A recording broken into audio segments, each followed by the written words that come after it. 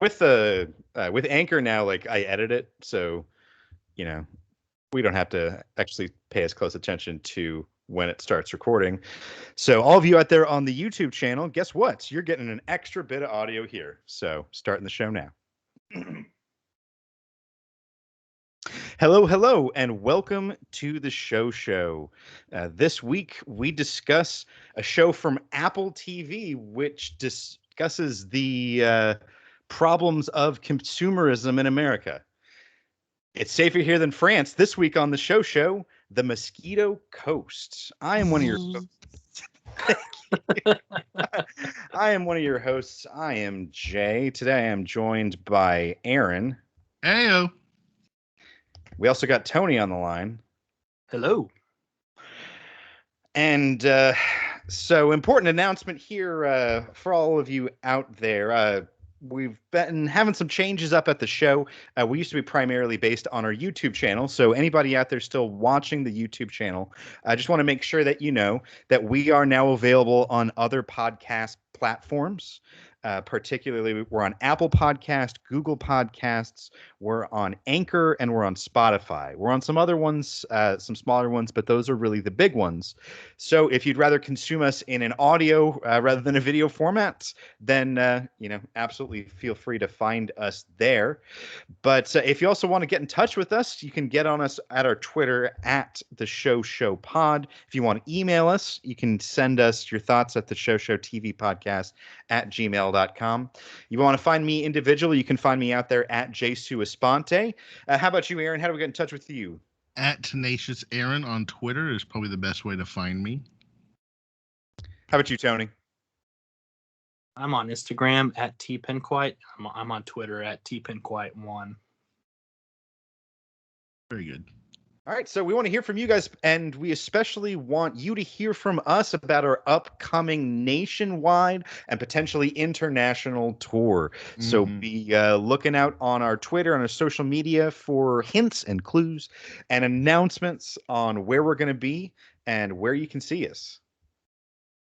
Absolutely. Make sure you flatten that curve. Yes, we will be coming to you just as soon as it is safe to do so. Because the crowds that are going to be drawn are just going to be those prime breeding ground for like Lollapalooza numbers, right? Yeah, right. Now, before we get into the show this week, I did have one bit of business that I wanted to see if potentially you guys had some sounding off on to do, like I do. Is anybody else here a fan of the quiz show Jeopardy? I've watched it. I'm not like a fan in the sense that I would actively watch it, but I have been following the news regarding it. Mm-hmm. Yeah, same. I enjoy watching it, but I don't seek it out, I guess, is a good summary of how I feel about it. I always enjoy it when I watch it, especially the high school episodes where I actually know some of the answers. But the regular ones, I'm like way too dumb.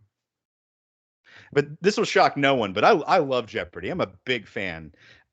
And they have obviously been searching for a new host since Alex Trebek has left us.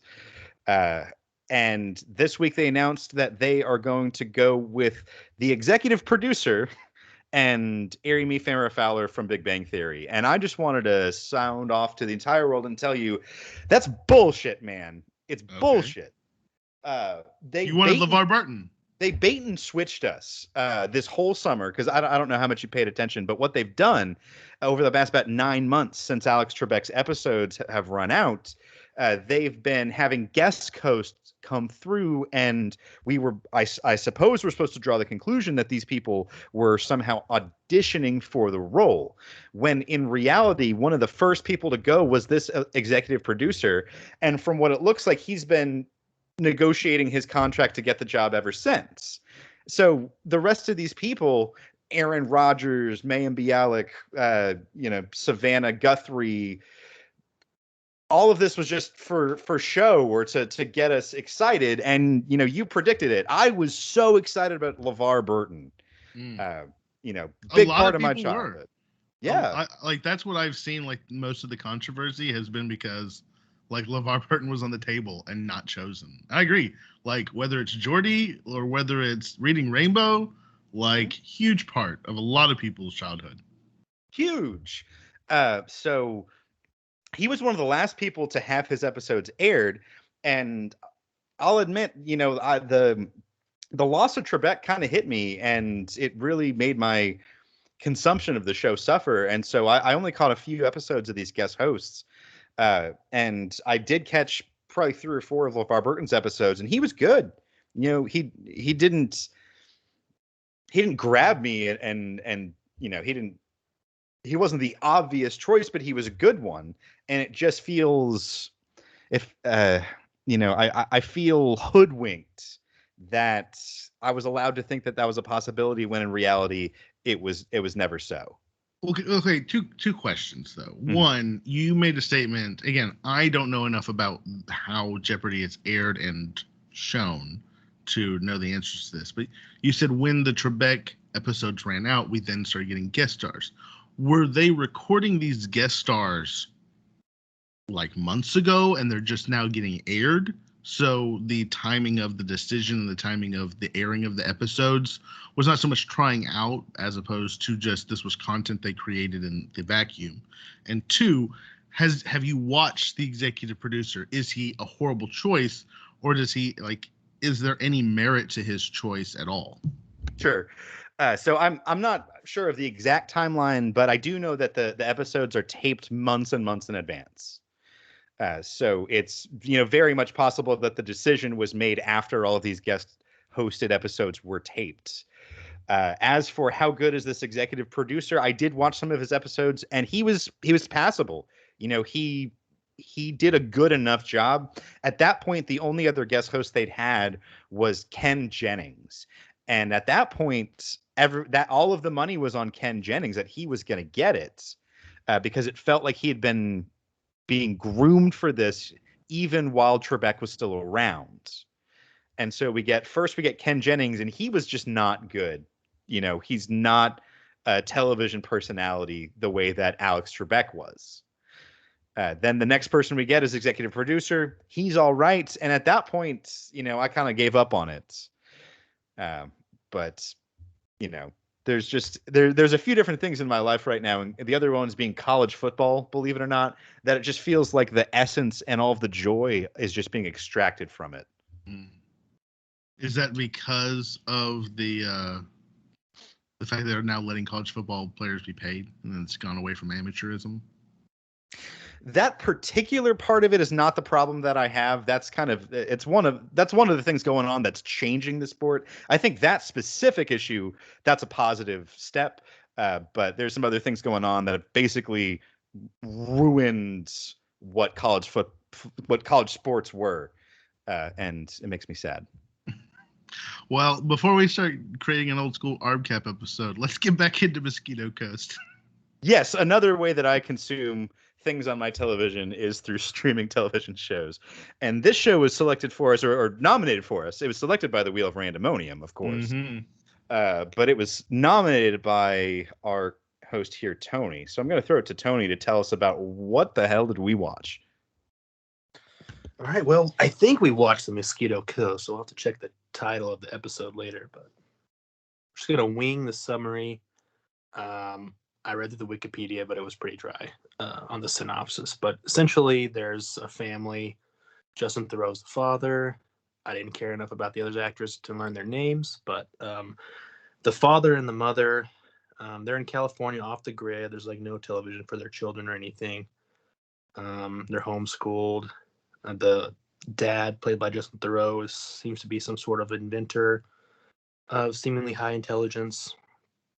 And in the first episode, we find out that they're on the run from the police, but actually, I guess the whole of the U.S. government.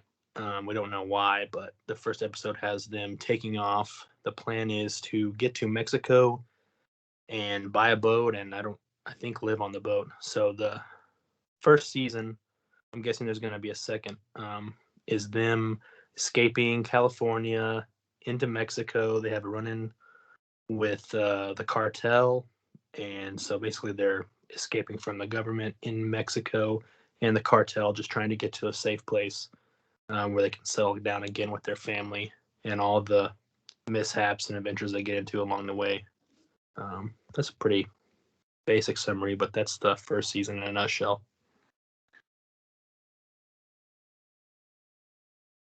Now, one thing I want to say about this show, because this is number one. The only time I've ever seen Justin Theroux in anything else is Leftovers, which I thought he was absolutely phenomenal in.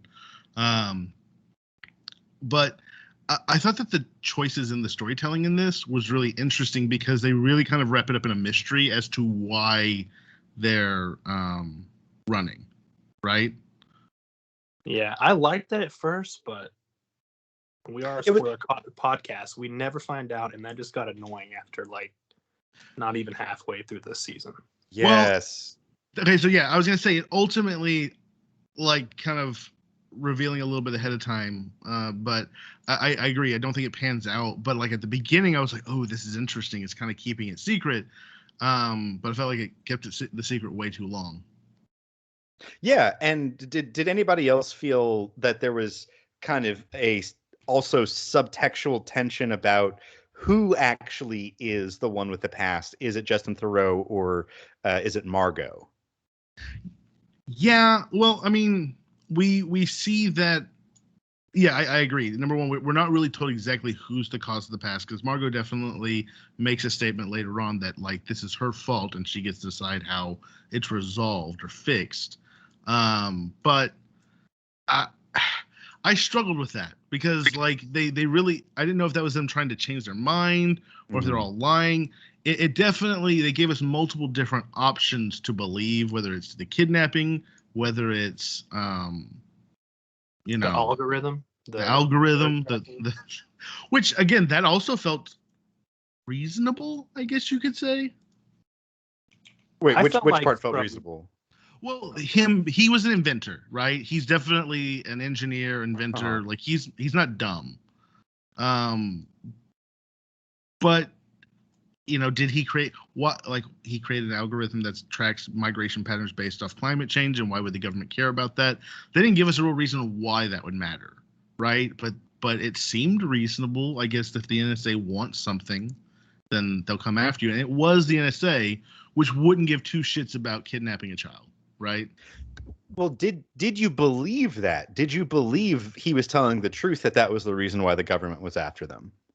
No, that's what I'm saying. That I don't know quite what to believe. I struggle because like Margot clearly believes that, or at least it indicated that she thought that she was the cause of all of this, which seems to line up with what I thought was a ploy or a lie from the NSA. You know, that they kidnapped the boy, you know, that they were kidnappers. But why would the NSA be chasing him? Like they were NSA agents trying to get, you know, him to come back home, right? And that, like, I'm sorry, go ahead. I was just saying, I felt like from pretty early on, maybe the first episode, I felt like it was the wife, and that's kind of like a card they were holding. Like, because all the kids are always like, what did he do? Like, about their dad. Like, what did he do? Everyone's always asking what to do. She's like, your dad didn't do anything. Like, I felt like it was always something she did. And then, as Aaron's mentioned a couple times, I think it's near the finale, she said it's her fault. And I do believe that. I don't know. I think maybe I agree. I believe that the NSA thing is plausible too. But I don't know. My initial theory, which I guess hasn't been disproven, is like they did want him for that, but also he met her. I like feel like he worked for the NSA, right? Is what? Yeah. No, I mean he worked for the NSA, or he said he did, and then or he said he was whored out to the NSA by a Silicon tech firm, you know, Silicon Valley tech firm. Hopefully I don't know if I want to watch a second season, but hopefully we find out. My theory was that he met her because of a crime she committed, and he was in the NSA, or he discovered her or something, and kind of they got together, and then he like gave it all up to go on the run with her. But I don't know. Yeah, I mean the show. I think that they're trying to keep you intrigued by not telling you, but I feel like they kind of miscalculated a little bit because it kind of got to the point where I was more annoyed with the fact that I didn't quite understand why all this was unfolding, rather than, you know, being. I mean, after mysterious. a while, we're committed. Yeah, like what does it matter what the reason is? Like we're committed with this family. They're running away to Mexico and they're like leaving a wake of destruction. Like what? Why keep it? Yeah, I mean, I feel like they kept it throughout the whole season. Like why keep it a secret the whole time? Mm-hmm. Yeah, it was annoying. Now, Aaron, you mentioned about the agents that are in pursuit of this family. And that was another aspect of the show that really failed for me. And maybe this is just a personal peccadillo, but this is a problem I also had with Umbrella Academy, where when we have these characters introduced who are usually the antagonists, they're the government agents, they're tracking or pursuing our protagonists, but we're never told what agency they're with. We're never given an indication of what they want because they're trying to preserve that mystery. That just pisses me off. I want that information, and if you don't give it to me soon enough, then I just disengage with the show. And like you're describing, I got frustrated, and I decided I didn't like this show pretty early on. They weren't that great at their jobs either. Mm-mm. They seem like they really want to track these people down, but then like especially the female detective trying to bond with the daughter to get her to rat her family out or give them information. It's like she blew it, I think, multiple times, and then they were just kind of like, oh well, it'll work out. And I was like, okay, which one is it? Like, you really want to catch this guy, or you're just kind of like going with it? I don't know. We had 7 seasons, and how many shady organizations did we come into contact with? Like 4 or 5? 7 episodes? Yeah, we had 7 episodes of this show, and in 7 episodes, we had to deal with multiple different shady organizations. It felt kind of repetitive. Yeah, the other thing that I felt like, one, the concept, like conceptually, the idea of an American family, going across the border into Mexico, kind of a reverse immigration type thing, that's somewhat interesting, and kind of the depiction of them having to deal with essentially what a lot of Hispanic families coming across the border have to deal with regularly, I think is an interesting choice. Like, I was intrigued by that. But like when you get to Mexico, it's like, oh, what are you going to deal with? The cartel. Okay, so that's like, of course, the first thing they deal with, and that kind of haunts them the entire time. But it just, and then the thing to me, the thing that really bothered me about this show was whenever the personalities of the main characters just radically changed. Okay, Justin Theroux is this idealist. He's very positive. We're going to find, was it Calaca? And, we're all good. It's all going to be great. The moment that they actually start acting with Calaca and moving towards that, he's like, no, something's wrong. No, I don't trust this. They would never do this. You haven't seen these people for 10 years. How do you know? You know what I mean? Like, that sequence made no sense to me. And then at the end, the whole time that's going on, Margot is like gung-ho, we got to do this. This is important. We got to make sure we're doing this. And she's the driving force behind that whole sequence. And then at the end, she's like, my husband's the worst. I'm going to leave him. We're going to get out of here. And I was like, what just happened? Like, I know the gun, them shooting and her being scared and all that is terrible. But she didn't understand that they were testing him. Like, there's no connection to reality of, hey, these people are really secretive and this is the situation we're in, and we have the cartel after us. Like, it didn't seem reasonable, her conduct, her actions afterwards, with how she even reacted to Justin Theroux's character. So that, to me, that kind of started to fall apart. And I just was like, this doesn't feel like this is how these people would react in reality. I agree. I'm sorry. But were you going to agree about the wife? Yeah, I was going to talk about that exact scene. I just feel like I don't know what her expectations were. Even if, I don't know if, I guess to set the scene is they get captured by the people they're trying to meet up with, and they have the wife, the mother, strapped to a chair. They're going to shoot her in the back of the head unless the father confesses information about this kind of covert terrorist organization that they're trying to seek asylum with. And they're just basically like interrogating Justin Theroux with the threat of killing his wife, and he doesn't give them any information. And they shoot, the gun goes off, but it's a blank. It's like a test. But yeah, I don't know what her expectations were. I don't think he actually knew where this Casa Roja was. But even if he did, like, is he supposed to let the rest of the family die to save her? Like, I don't know what she would want out of that. Like, she wants them all to die so she doesn't die. Like, I don't get the reaction after that. Yeah, she's like super pissed off at him the rest of the series.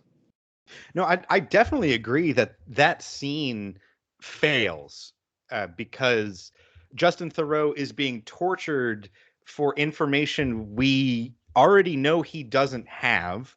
We begin that scene by being told that torture is unreliable and being lectured about how America still believes in it. Sidebar, that actor there in that scene who plays Kalaka, love him. Love that So actor. good. So good. Leftovers, Peep Show, that Mitchell and Webb look, great. Now that scene, it failed, but I'm going to take the opposite point about whether or not it was believable that Margot would react in such a way. I think 100% that did work for me, because at that point where Justin Theroux, is shouting that he doesn't know anything, Kalaka is counting down to 0 from 10, and they're going to shoot the wife, and Justin Theroux's, he doesn't do anything to try and save the wife. He's just like, hey man, I'm sorry, I don't know anything, go ahead and kill her. And afterwards he tries to tell Margot, oh no, I knew all along, baby, I knew it was a test, don't worry, like I never question your faith in me. I was 100% on board with her punching him in the face, taking the children, and running. Yeah, I'm sorry, especially if she's the one that's caused all this. I don't buy it. Like, I don't believe that if she's, this is especially her whole, I'm the one who put us in the situation, I get to decide. Why would this be your reaction? He's literally trying to get you out of apparently whatever problem you created. So to me, it felt too inconsistent. Like I didn't believe Margot at all. Now, in the situation where, the gun pulled on you, that's emotional, I can understand that part. But there's got to be some tethering to reality of their situation. Like, the cartel's after them, the NSA's after them. They don't really have any connections. They're having to steal money to survive in Mexico. It just, to me, that it felt very like white privilege in a certain sense of, well, you know what? I've decided I'm just going to go home. Mm-hmm. What have you been doing for the last 6 episodes? There is no home. Yeah, her willingness to do that made me question whether she was really the one that the government wanted. Because obviously if she's the one, then they cross the border, she's nabbed, and that's it. I feel like she was ready to, I guess, go to prison or wherever and let her kids live with her grandparents, hopefully. Right. That's what the system would have done. Because that's better than having to go on with Justin Theroux.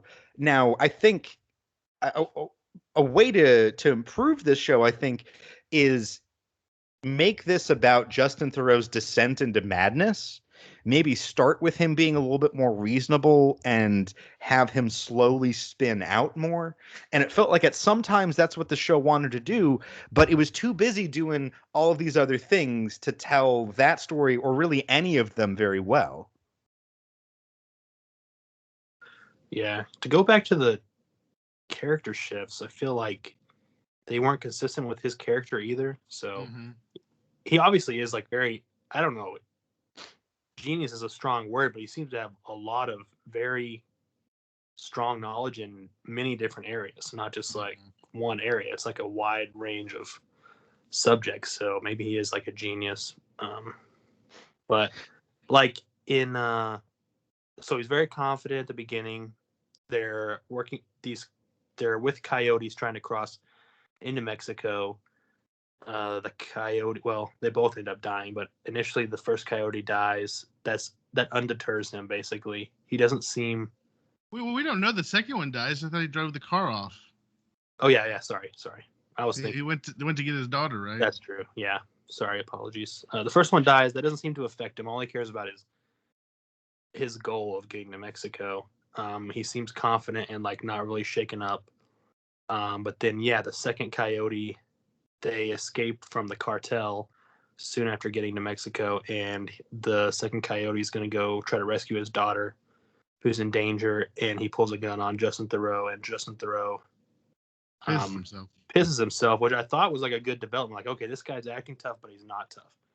But then after that, it's like they went back to he's kind of like a superhero almost. Like everything he does works out, and he's like confident in facing all these situations without a lot of fear. So I was like, I liked it when they made him like, oh, this is like a normal guy. Like a normal guy would piss his pants. He's about to get shot in the head in front of his family. Like he just trying to keep them safe, I think. But then they kind of reversed it, which was kind of disappointing to me.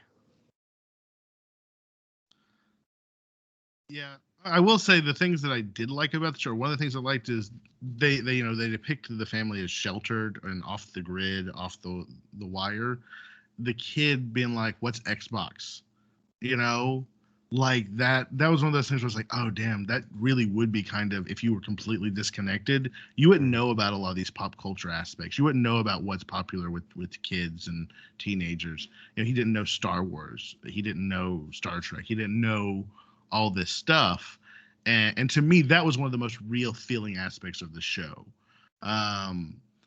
But then whenever they just leave them in Mexico to fend for themselves, that felt really unrealistic. Like if you like you're just gonna leave your children at a hostel, like you're trying to get with Calaca. Like why would if you're trying to get to Calaca, why would you not bring everyone right then? You know, like to me that felt like an unnecessary storyline with that part. And the kids, the son especially, just he went off the rails. Yeah, that whole episode where the kids are hanging out with the other hostile people, you know, drinking and smoking, while the parents are on this like scavenger hunt from who they're trying to get to. Like that was a microcosm of this whole show for me that suffered from the Rise of Skywalker problem, where there really isn't a plot. It's just A leads to B, leads to C, leads to D, and nothing has to do with anything. They're just following clue to clue to clue to clue. And I just it never made me care. I kind of started rooting for them to get caught. Now, a little weird trivia factoid for your next Jeopardy episode. Do you know who wrote this? Mosquito Coast, the original. Yeah, the source material, the novel. Yeah, it was Justin Theroux's. Is it his uncle? His uncle. Yeah. So I thought that was kind of interesting that maybe Justin Theroux's only in this because it's a family project. According to, I believe it was IMDb, the bastion of truth that place is. They say that the uncle who wrote the novel and was an executive producer on the show, he was not involved with the casting process. So allegedly, I think what we're supposed to conclude is that Justin Theroux earned this role on his own merit.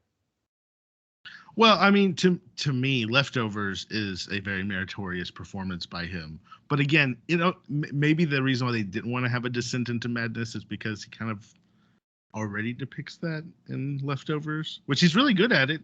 That's true. I mean, I don't mean to cast any shade on Justin Theroux's chops as an actor. He's fantastic. Yeah. How did y'all feel about the daughter? I liked her way better than the son. I'll tell you that. Yeah, I'll agree with that. The son, I don't know. It's like he finds a gun, and then the moment the gun touches his skin, he's like a sociopathic, like a psychopathic, almost murderer. Like he just it's like he's not a character anymore. He's just the gun at that point. Yeah, like that was so crazy to me. Like I get maybe like wanting to go hang out with other kids. You've been cooped up and like sectioned off your whole life, and drinking and like smoking pot or whatever, but he just like goes so far, and like they portrayed him as a good kid, like a smart kid, and then all of a sudden he's like pulling guns on people, and he's like seeking out situations to use the gun. Well, and I feel like that whole sequence was just like heavy foreshadowing whenever he later does shoot that guy in the face. Mm-hmm. Like they had to build up to it. Yeah, they had to. And again, the moment he picked up the gun, I was like, kids with guns, god damn it. Check off on line 1. Like, I think maybe they just, I don't know. In some ways I feel like they didn't do enough, but then sometimes I feel like they did too much. Like, they covered too much. Maybe I don't know how long the novel is, but they just dropped. Like, they just finished something and they just dropped it. Like we mentioned, there was like the second coyote that didn't get murdered at the beginning of their border crossing. Like, he was a big part of the first maybe 3 or 4 episodes, and then he's off to find his daughter, and then we don't care about him anymore. The cartel, they escape from the cartel, and like they're like a presence, as in they're chasing them, but we don't really see them anymore. That like hipster assassin, he was hired by the cartel. That was like our, that was our cartel involvement. Yeah, but she just shows up. But like, also he got them trying to kill, but she just shows up in phone call cutaways and his network of children, like spies. Like, does anyone else get a Littlefinger? Like, not Littlefinger. What's the other one? The guy who was the spy master in Game of Thrones. Varys. Varys, yeah. Like I kept on getting like this Varys vibe from it, just because he's walking around, shows the picture and hands it out, and all the kids immediately know what to do. Like, number one, oh my god, apparently Mexico City is an assassin's dream network of like child spies. But like I was just kind of like, what is happening? Everyone is like filthy and has cell phones. Like all the children were just like looked like they were indigent, but had like touchscreen smartphones. I was like, man, this is just kind of like a weird, surreal moment in the show. Yeah, and I don't know. I feel like even the police, they just get dropped, like or the NSA agents or the government agents, the U.S. government, they just die, and then like, I mean, they get mentioned, like, oh, don't worry about them, they're probably okay, but like. No, they dead. The show does. Yeah, they're dead. But I mean, that's what the dad tells the daughter. He's like, I bet they're in the hospital in the U.S. Fine, but it's just like the show doesn't even care about them anymore. I mean, if a cartel assassin murdered 2 U.S. government agents, even in Mexico, that would be an international incident, right? Yeah. There would be hell to pay. Killing 2 NSA agents in Mexico. That's not just going to be brushed off by the NSA. Yeah. I don't think the cartel has that much influence in Mexico City either, probably. Well, maybe they do. I just, if this cartel assassin is as competent as we are supposed to believe that he is, I just believe that any cartel assassin worth his weight sees a U.S. agent like that and is like, I'm getting the fuck out of here. Like we don't want to stir up shit with them. Yeah. Well, the other thing is when they introduce him, how unrealistic was that scene? So he walks in, oh, could you just look up for a second? Slice throat. Yeah. Like I just was like, How about even more unbelievably when he orders the room temperature Coke? He didn't have to say that in Mexico. It's already room temperature. Oh man, those scenes in Mexico City, they did give me a little bit of positive member berries because Tony and I, we had a little bit of a long layover one time in Mexico City, and we didn't get to do much other than just kind of take a taxi into the center of town and walk around a bit. But apparently they filmed whatever scenes of this show in like the 2 places that we went, because I was like, hey, that's familiar. That looks familiar. Yeah, I remember seeing the Zocalo in there. I was like, hey. So I will say this: one of my favorite reviews of this is from Roger Ebert's website, and they referred to the Mosquito Coast as a saga of tone-deaf tourism, and I kind of think that that's a really great way of looking at it, because there was just so much about this show that felt almost like it was like they're on vacation / running from the police, right? Yeah. Mm-hmm. Like it was like I don't know. I heard one time that like Adam Sandler doesn't make movies anymore for people to watch. He makes them so that he can take all his friends on vacations to Africa, and then they put out the garbage movie, and Netflix for some reason throws it on there. It almost feels like that's a little bit of what's going on here. That this was just like all of them being like, let's just make a TV show and go to Mexico, guys. Like they're doing a better job of hiding it than Adam Sandler did, because they're like, no, it's going to be like a prestige drama.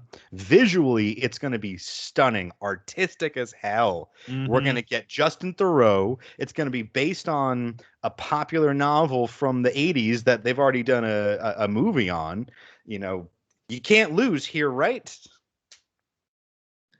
Speaking of artistic stuff, did y'all like the butterfly parts, or it was a little bit too much, I feel like. Mm-hmm. Yeah, that last one with the guy that the son just straight up murders. That was difficult to watch. I mean, I've seen a lot of gory stuff, so that was just. I didn't find that difficult, but I didn't understand like are the butterflies like drinking the blood? I've heard that though, that like vampire that because of the iron, butterflies will drink blood. I don't know. I felt like it was supposed to be some sort of metaphor for change and like migration. Like they were all like monarch butterflies who migrate, and I guess this family was taking a journey. But I was like, if that's what this is, it's a little bit too much. Of like, what's the point? They didn't add anything to the show. Like most episodes had butterflies at important locations of the episode. It's like they were trying to be deep and stylish without actually pulling it off. Mm-hmm. Especially, was it the first episode? Like maybe it was the beginning of the second episode. We follow this freaking butterfly with like bokeh effect. The background's blurred for like 30 seconds or more, and I'm like, okay, can we get to wherever this butterfly is going? And I hate when the background is super blurred like that. It hurts my eyes. And again, I'm not trying to just pile on, but something else that didn't make sense to me is the fact that they even lived in the United States for as long as they did. Like they kind of made some reference that they had moved multiple times before, but in 2021, if the NSA is looking for you, I don't care if you don't have a cell phone or not, you have a mortgage, like or rent. Like. Well, no, it was foreclosure. The bank was foreclosing on their house. Mm-hmm. You're telling me that you were able to buy a house, get a mortgage with fake IDs, fake social security numbers, and no one was like, "Well, this is somewhat suspicious." And it's not until you're getting grease on a school day that they find you. Like that, the whole triggering event of this entire thing felt like what I guess maybe you could be the mother calling her parents on the payphone that could have done it also, but I was like, there's no way that your kids lived in this house long enough, because what they're like, she's 15 and he's what, 11, the boy. I never caught how old I know he said she was 15, so I knew that because I was like right at the beginning, he's like, you're 15, you don't need a phone or something like that. So to me, you're gonna have memories, right? At least to a certain point. If you've changed houses 4 or 5 times, number one, you're right, why aren't you renting from like a local family so that there's no paperwork, contracts, no background checks? Are you telling me the bank's selling to you and you're passing a background check with fake IDs? Could they have maybe made a more powerful point if instead of starting with the family there, we start with them living amongst undocumented immigrants? Something. I mean, to me, for them to be on the run since the 90s, that's 20 years in the States. That I have a hard time believing. Well, I guess towards the end, I think this last little, I don't know how long they were in California, but Margot, the wife, makes a mention of like, we tried my plan being off the grid and they still found us. So it sounds like maybe they've been even less off the grid previously to that too. Well, the geography of this show makes no sense. For one, the title of the show is The Mosquito Coast, which is a real place. It's predominantly the coast of, I believe, Nicaragua on the Caribbean sides. Well, where do they go in this show? We start in California, we go to Arizona, then we're in northern Mexico, then we're in Mexico City. And at that point, geographically, I'm expecting, oh, we're going to continue down through Central America to the Mosquito Coast. Imagine that. And even at one point, Justin Theroux is like, "Oh, Calaca, they're sending us to Guatemala." Well, Guatemala, that's the place. And I'm thinking, okay, well, that's not the Mosquito Coast, but that's between where they are and the Mosquito Coast. But instead, they drive down to that beach town where the final episode takes place, and we see the name of the town, and we also hear the characters say the name. It's Piche Lingüe. I looked it up. It's basically this beach town that's next to, I think, Acapulco. Basically, if you just drive due south out of Mexico City, you get to this beach town. But you're on the Pacific side at that point, the opposite side of where you want to be for the Mosquito Coast. And at that point, their plan is to get the boat and Justin Theroux says river, and then figure it out. I don't know, Heart of Darkness it or whatever he's going to do up that river.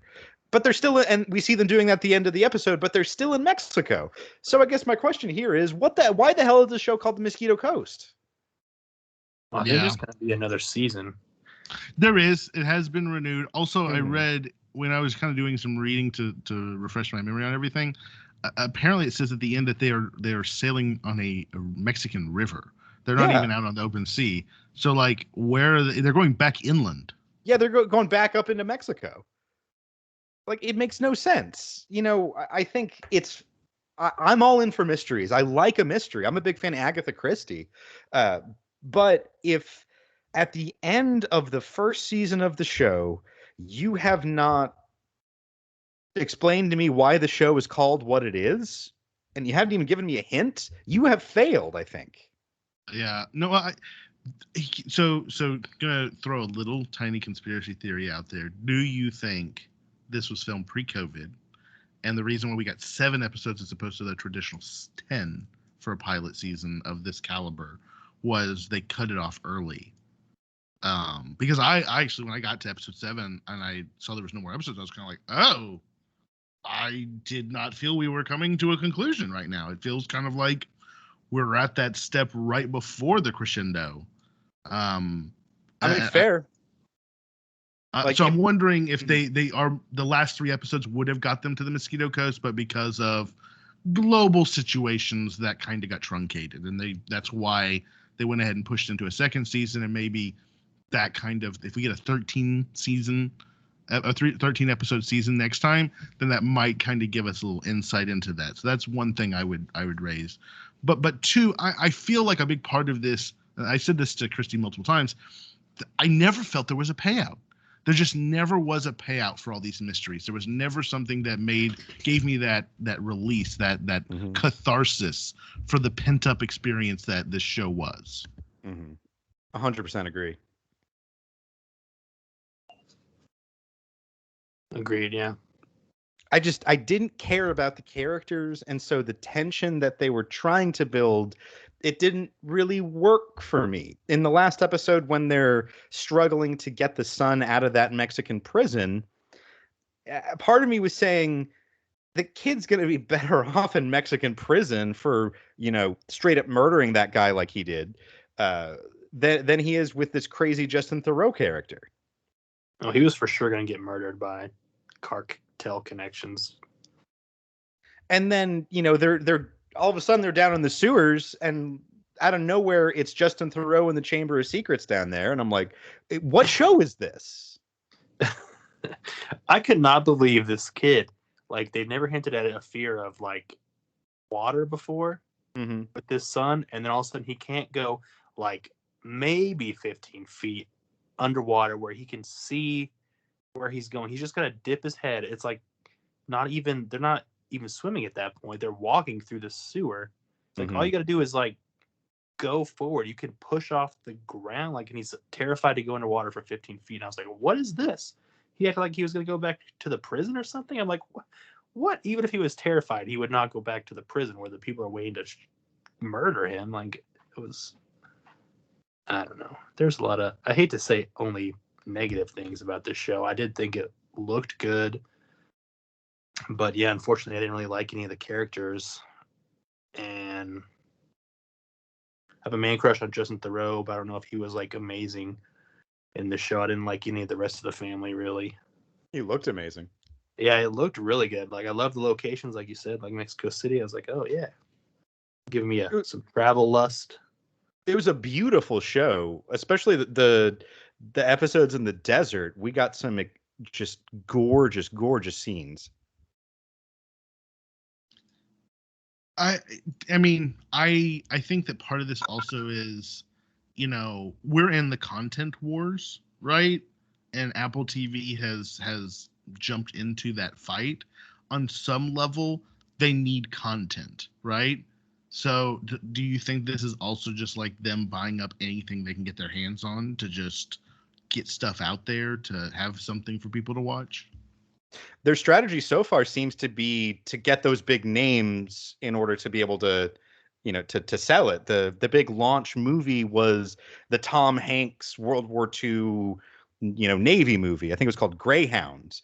And the big TV show was the morning show with Jennifer Aniston and Steve Carell. And, you know, it seems to be get big names. And, you know, as Tony told us, what drew us here was Justin Theroux.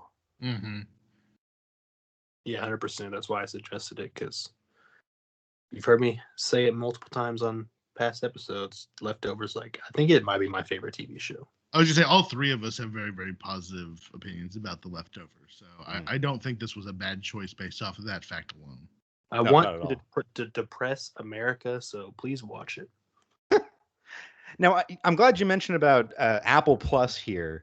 Have you guys watched any other Apple Plus shows? I have yet to verge out into anything. I definitely have the Mythic Quest as a to-do because, again, big name, not big name, but a name. I love Mac from Always Sunny in Philadelphia, and apparently it's a show that he did. So that's one. I think Abed's in it. And Abed's in it, so it's another. It's not. I don't know anything about the show, but the fact that two actors from very different shows that I really like are in it, it's like, okay, I'll dip my toe in. Now, I have watched a couple others, but I've run into a problem consistently with the Apple interface and device, and it happened to me a couple times watching Mosquito Coast. No search feature? It wasn't so much the search feature, but that's a whole nother problem. But the audio and the video would become unsynced to the point where they would just stop, and then my device would have to reboot and would have to start over again. And I was curious to see if anybody else was having the same kind of problems. On desktop, no. I had zero video audio issues on my desktop through the browser, but I did have a couple of times where like I went to go find where I was in Mosquito Coast, and I was like, where is the search? I couldn't figure out how to search the database at times. And I think all three of us are at times Xbox users. Unless things have changed, there is not an Xbox Apple Plus app. As far as I know, no. That just pissed me off because it's like, hey, come on, guys. Like, you know, can't we all play fair? You know, I've got an Amazon Prime app right here. Microsoft doesn't seem to have a problem with that. But, exactly. Boohoo, Apple's the enemy. Like, come on, get over yourselves. Especially when you find out that whenever Steve Jobs came back to Apple, Bill Gates invested like $10 million into Apple. Like, yeah, like Microsoft owns a piece of Apple. Like, let's just play nice. Yeah, I didn't have any technical problems, but my TV has a built-in Apple TV app, I guess. So those things are pretty lightweight. They run pretty smooth, usually. In the other Apple shows I have watched, there was much, much more prominently placed Apple products to the point that some of them just felt like glorified Apple commercials. This one, I think, primarily because our leads are Luddites, you know, we didn't quite get that. And, you know, that was nice. Yeah. One thing I did notice on the opening because it's always like you get to, well, at least on my interface, it was like skip, usually an ad for some other Apple TV movie or show, and then it was like skip the recap, and then it was the intro. And I noticed like the intro always waited till after it said Apple, like Apple TV before would let you skip the intro. I thought that was kind of douchey. I just want to skip at the beginning. I think there's a plugin for Google Chrome that will skip like a whole bunch of crap like that. For I know it works for Netflix, where it'll just like skip you to where you want to be every time. How about the opening credits for this show? What'd you guys think of those? Honestly, unremarkable. Like I don't have any. Like it was visually cool at first, the first time, but after the first time, I just skipped it. Yeah, I skipped it after the first time. It didn't make an impression, I guess. What was it, using that little shift tilt thing where it makes things look like game boards, or was that, am I imagining that? not really. It was kind of like quick time lapses of different things, like vines growing, and there was like church bells and a Mexican flag. Yeah, I really didn't watch it. Because I've been watching this show, and I've also been watching the second season of Succession, which we did the first season last time around. And the theme song for Succession, I thought was fantastic. That it captured the show. It got stuck in my head. It was recognizable. It did pretty much everything you want out of a TV show theme song. This one here, I couldn't tell you what the music sounded like. I remember it being sad violins, and that's just about it. It just it didn't make any kind of impression on me. Just somber. Yeah. How is the second season, by the way? Sorry, I didn't mean to interrupt you, Aaron. No, you go ahead. I've only watched 2 episodes, and it's it's been good. It pretty much just keeps going. Yeah, I know we heard that it won some Emmys for the second season, so I'll be interested to keep hearing how it's going. Yeah, we had mentioned in the chat for this group that maybe one day we'll for selecting a new show, we might do a next season on for shows like Succession or others that we've done previous seasons and more have come out. So I'm looking forward to that. Maybe that'll be a future episode. Absolutely. Well, one thing, and I don't know that everyone has done this, but did everyone kind of have like an initial score like we did last time, or because I did, I at least had my initial feeling, and I don't know that this episode has changed that at all. I also did have my initial feeling. So I did. Okay, cool, excellent. I'm glad that everyone kind of jumped on board. Well, are we ready to do some scoring, or is there? I guess one thing I would like to ask. I assume favorite character. There has to be at least one person you liked in the show. Kalaka. Just because of the actor. I'm trying to think. The guy, U.S. government agent, seemed pretty chill, but the one who was like, "You're fucking up this kid." Yeah, he seemed to genuinely like want to. Yeah, capture them, but also keep them safe and like protect the children. Mm-hmm. No, I would agree with that. Honestly, I feel like the coyote, the second coyote, that Chewie? Like Chewie. I felt like him. At least I felt like he genuinely saw Justin Theroux's character as shitty as he was, and was like, "Dude, you don't care about anybody. You just don't care about." And to me, that's kind of what this show boiled down to: is that he was single-minded, single-focused, and it was consequences, ramifications. Shit, ruins in the dust be damned. And it didn't really matter if he screwed up other people's lives, stole from them, whatever. And to me, Chewie seeing that, I was like, yeah, that kind of distills him down. He is just an asshole. Yeah, there's a part later, like towards the end, I don't know if it was the second to last episode, maybe, where he's talking to his daughter. He's talking about like capitalism or consumerism. He's just like, they just want to control you, and they love you until you stop buying the bullshit they're selling or whatever. and she kind of turned it around on him, but I thought like, oh, it's gonna get like immediately turned around on him because he's like kind of doing the same thing, like telling everyone it's gonna be okay.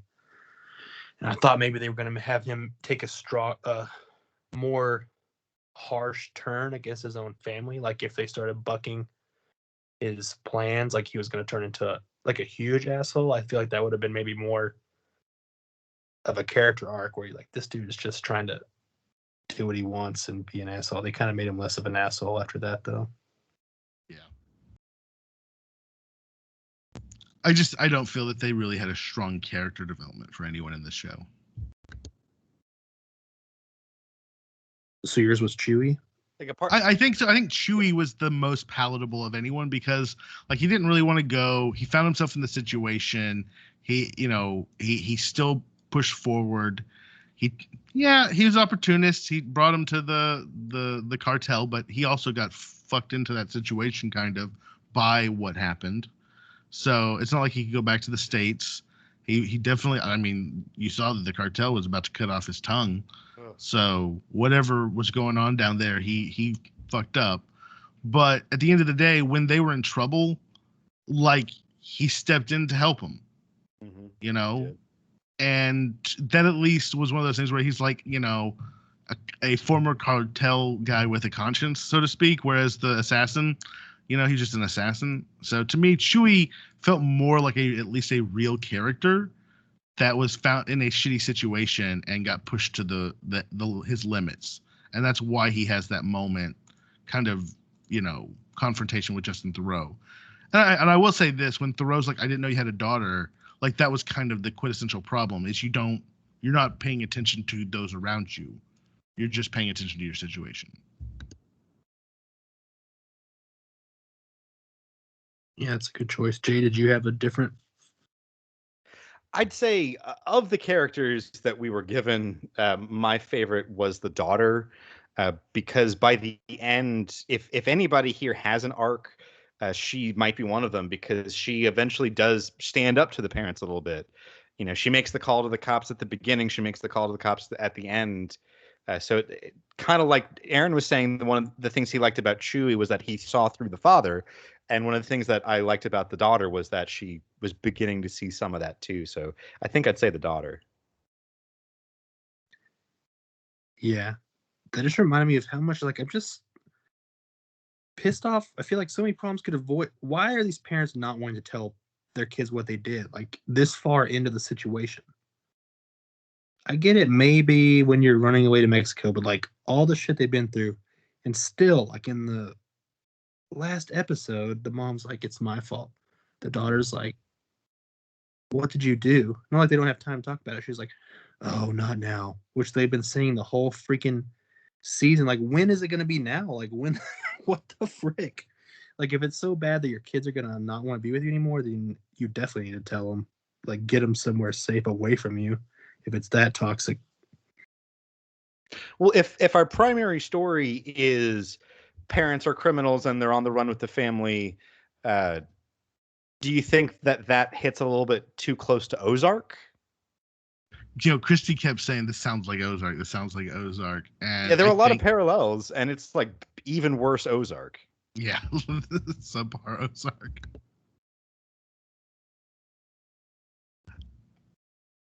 Yeah, I think that could be one thing. I mean, I've some of the people who read the book that I was reading, kind of some discussions about it, they were saying that they abandoned too many of the actual interesting storylines in favor of kind of this more touristy show. So, maybe the source material has more depth, and that we just kind of got a very shallow, viewing of it. Well, my understanding is that the story that we got here has almost absolutely nothing to do with the source material. Really? In the source Okay. material, they're not on the run. It's just the father is anti-consumerism and wants to move his family to a place where they can live off the grid and aren't corrupted by that. So they move to the actual Mosquito Coast, and the bulk of the story is about the father having kind of conflicts with the native population back and forth between, them being a little bit, neo-colonial, but also he's an inventor, so he has technology to help them. Like, that's the story of the book and the movie. What we get here is something completely different. Interesting. Okay.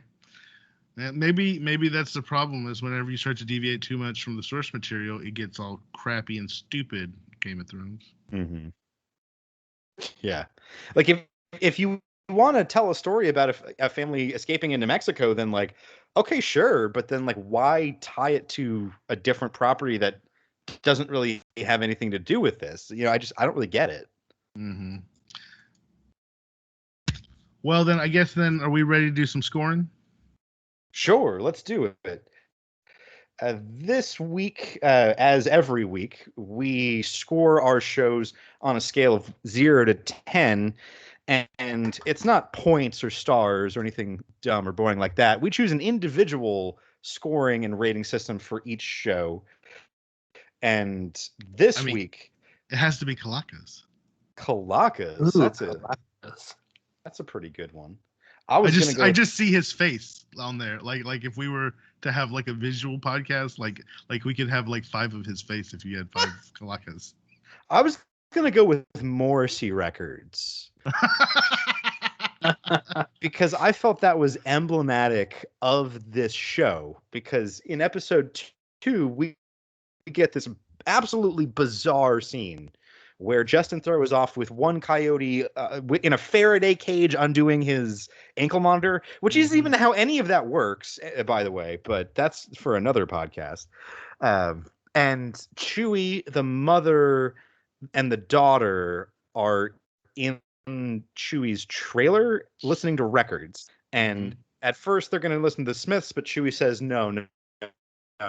Let's listen to, Morrissey's solo stuff. It's so much better, which I don't know if you guys have any friends who are fans of the Smith and Morrissey, but that's 100% true to life. That's exactly what they would do. So they put on this Morrissey song and they all start dancing together in this really awkward threesome, which made me think that this was like heading for like an awkward intergenerational love triangle. Because we've got, Chewie was lusting after the mom, but the daughter was lusting after Chewie, and the mom, at least at that point, seemed a little just kind of aloof, but I think later on was starting to take a shine to Chewie. But as I'm watching this play out, I'm just thinking, what the hell am I watching? Anybody else feel this way about this scene? No, yeah, the whole sequence felt very, very uncomfortable. I also question the choices. I'm not a fan of the Smiths or Morrissey. I don't really particularly care for any of that music. I did just weird happenstance read all about like the feud between Morrissey and was the Cure singer, which is really, really bizarre. But Morrissey just seems like a turd. It just was an uncomfortable sequence. That's all it felt like to me. Like, it didn't add anything to the show at all. It could have been taken out. It could have been taken out, and I don't feel like we would have missed anything. But then again, there were a lot of sequences that could have taken out. We wouldn't have missed anything. Emblematic of the show as a whole. So, Aaron, I'll let you lead off. Tell us your initial impression pre-show and now. What's your rating for the Mosquito Coast? So I think like walking off of the last episode, I was like, it's okay. That was my sensation. It's okay. I feel like there was no payout. Like, it wasn't satisfying, but like the production value was high. The acting was, okay. I was going to give it like a 6. I think that after our discussion, I actually would drop that to like a 4.5 because it really, there's a lot more that y'all guys kind of brought up in discussing this that really shows this show kind of fell flat. Like, now I will say that if in fact there were production issues and they kind of had to truncate the season, some of my complaints about payoffs may have been addressed. But since we don't live in an alternate reality, we can't really test that theory. So I'm actually saying that the show's discussion has dropped this show in my mind to about a 4.5. Wow, 4.5 Morrissey records from Aaron. How about you, Tony? Yeah, similar experience, I guess, because we were all kind of bringing up the shortcomings of the show. I was a 6 coming into the pod. I won't drop it as low. I think a 5 is where I end up. Just like, yeah, I guess I wanted or saw more potential at the very beginning. Not that it was amazing, but I thought it would be better, and I didn't like a lot of the plot decisions. But maybe I like that theory that maybe it got cut off soon. I don't know. Like, if I feel like a natural stopping point would be for them overcoming something and getting to where their destination is to set up a season 2. Well, to season get 2, to a like, Mosquito Coast, right? yeah, Like Jay like, said. not just like, yeah. So that's why I like that theory. Like, I feel like there's maybe one more little subplot, like a obstacle for them to overcome. Like, they have boat troubles, or they run out of money and they have to rob something else, and then they finally make it at the end of the season or something. Mhm. Maybe there's another subplot that was supposed to happen, and this was rushed and cut in the editing table. That would make me feel better. I think I'll choose to believe that. That sounds more hopeful for me, but yeah, I'm gonna drop it down to a 5. I think that may be the lowest score I've given a show since I've joined. You gave Siesta Key a 4. Okay, well, Fair enough. Yeah. I also gave Siesta Key a disclaimer score of like an 8, I think, of hot garbage. So Yeah, if you like hot garbage, it's an yeah. 8. Yeah. All right.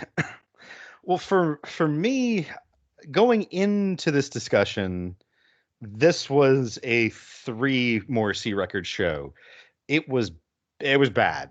Yeah, I think I mentioned this last time we talked, that I had actually watched the first 2 episodes of this and spent part of the third and just given up. And I often don't do that with shows. If I don't watch a show, it's usually that it fails to make an impression and then I just forget about it. But this one I actively chose not to watch until it was selected for me by the Wheel of Randomonium, the Holy Wheel of Randomonium, that is. This discussion, I think, has the only thing that has swayed me, I think, is what both of you have talked about, which is that there's actually a pretty good likelihood here that this season was truncated. So with that in mind, and out of an abundance of caution, giving them the benefit of the doubt, I'm going to raise that by a point to a 4.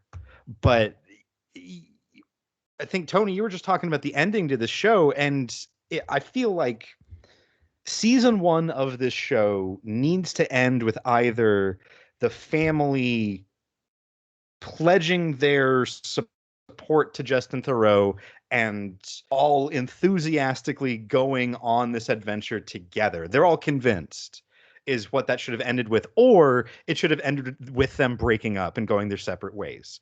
But we really didn't get either. We just got this continues. And just like the rest of the show, it doesn't work for me. It just wasn't effective. So ultimately, this is going to be a 4 for me. So we've got a 5, a 4, and a 4.5. So if you'll vamp for me for a moment, I can give you some details. I think that means that I hit the right? Yeah, the nose. Like, Yeah. That's perfectly in the middle of a. I agree with what you just said. Like, that was, yeah, and a thought I had earlier that I forgot to say is like, yeah, another ending, like you said, it would have been like, yeah, Justin Theroux decides to continue, and the wife runs off with the kids in that little. Or he has to go after them or something. Yeah. Yeah. And then the next season is like them somehow coming back together or whatever. Well, we've got an average score here of a 4.5. That puts this show next to last all time, beating out Siesta Key and His Dark Materials, but not quite as good as Buffy the Vampire Slayer and The Marvelous Mrs. Maisel. I think that's an appropriate placement for that. Yeah, I guess I'd say that's fair. I was if I remember right, I was the only one who liked Marvelous Mrs. Maisel. But those other titles that we mentioned, Umbrella Academy, Warrior Nun, Buffy, yeah, that is good company for this show. If Apple TV is the only thing you got, you might give it a shot. I really don't know what kind of content they have. No. Watch Ted Lasso is what I might be jumping the gun here, but if you have Apple TV, definitely watch Ted Lasso. It's fantastic. Well, with that, fantastic time to segue. I think it's time for the Wheel of Randomonium. Oh, hail the wheel. So here we go. Before the show, obviously, we took the offerings for this time at the wheel, and I will be offering White Lotus, which Christy has been raving about for the last week. So after hearing it referenced so many times here at the house, I was like, all right, I'm putting it on the wheel. We'll let fate decide. Tony has put up Ted Lasso, which was just recently mentioned, which apparently has been all over the news. People are comparing this, saying that this is kind of like a new moment in television's history, comparing it to whenever The Office was setting the style for a decade of humor. So I find that just that intriguing enough, knowing nothing else about the show. So I'm really excited about that option. And then finally, Jay's offering Summer Heights High, which is a quasi-controversial Australian show involving an actor playing multiple characters at a high school in Australia. So you know what? I have an 11th hour amendment. Oh, okay. I have decided that I would like to withdraw my selection of Summer Heights High and instead throw in my lot with White Lotus, because I'm so very excited to get the two of yours opinions about that show. Oh my! Is this how this works? I'm not sure. Yeah. It should double it up. Just keep different colors, I guess. Yeah. So, well, no, that's what I was saying. It's I guess I'll just add it on here another time. So let's make it as random as I guess this can be. And ancestors protect us.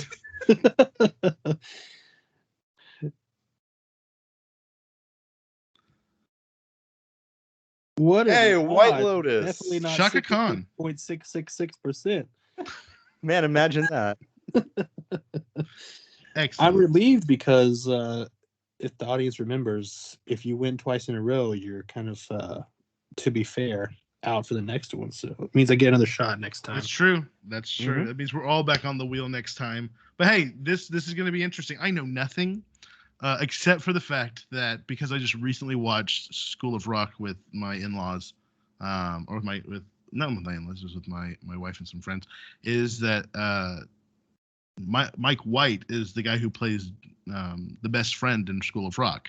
I don't know if in anything else, but he apparently wrote or created White Lotus. Yeah, created, wrote, executive produced. I think he directs some. His name's all over the credits. I've been watching it as it's been coming out, and the finale is actually tonight in just about 2 hours, and I'm very, very excited. Very excited to talk about it with you guys. All I'll say is that it's the tiniest bit of a slow burn at the start, so just hang with it. It will reward you. Not a problem. I have no problem dedicating to it. Again, as long as there's a payout. This was a slow burn, but it just never burn up. Are we? I guess I don't watch too many shows until they're already out. I think a lot of Disney Plus releases sounds like this one. Are we back in an age of no more whole season drops, binge world? It's back to a weekly release schedule as a trend, or just for certain little pieces, and still most of these streaming content products are dropped in a whole season form? You raised a really interesting question, because I'm currently excited about Brooklyn Nine-Nine's final season, especially with everything that's been going on. And they have a really weird schedule. They're releasing 2 episodes a week instead of 1 episode a week. Weird. So and it's all the way through the entire season. So it'll be 2 this week, 2 next week, 2 after that, then skip a week, and then it's a season finale, 2-parter. So I feel like maybe we're seeing some experimentation. Maybe because during the pandemic, we had full Netflix series or seasons dropped all at once.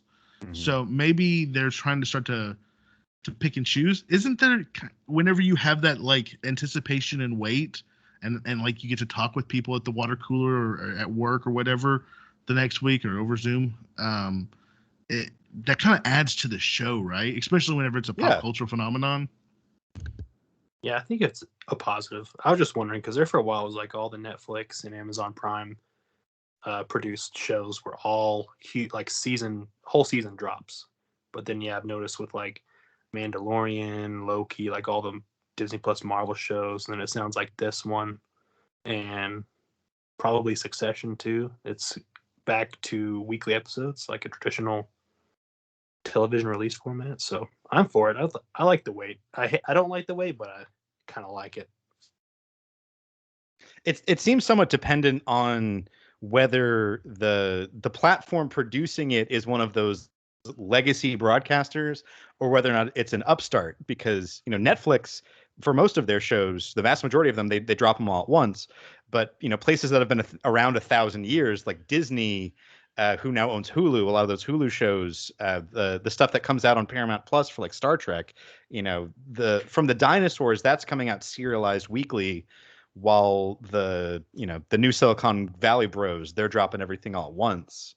Now, which one's better? I don't really know. I kind of like it both ways sometimes. Well, I think that's the point, is like it pick and choose. Like, because Christy, there's a lot of shows that she won't even start watching till like there's all of them are out.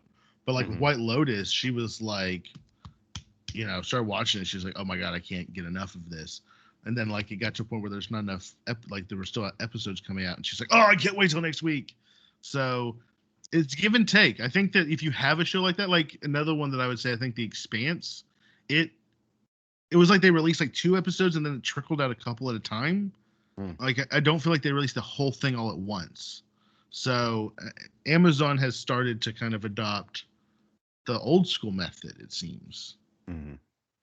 I'm good with either way. I just don't want it to like affect the quality structure of a show. Like, do we need to start off with an exciting event and then we do our story and then we have to end on a cliffhanger-y type, not like a straight cliffhanger, but we have to like wrap up each episode into its own thing. Whereas like if you drop the whole season, you're not like bound by keeping people interested for a whole other week. Has anyone watched Twin Peaks? Just curious. No, I have not. I've not. You've not. The return, Twin Peaks: The Return, 25 years after season 2 ended, is basically a 24-hour movie. And if they were to release it all at once, that would have been a rough experience. I think that it being broken up and us having to wait each week and like sit with what we just experienced each week was a huge part of what made that experience so interesting. So I think it really just comes down to your source material, the way you're telling your story.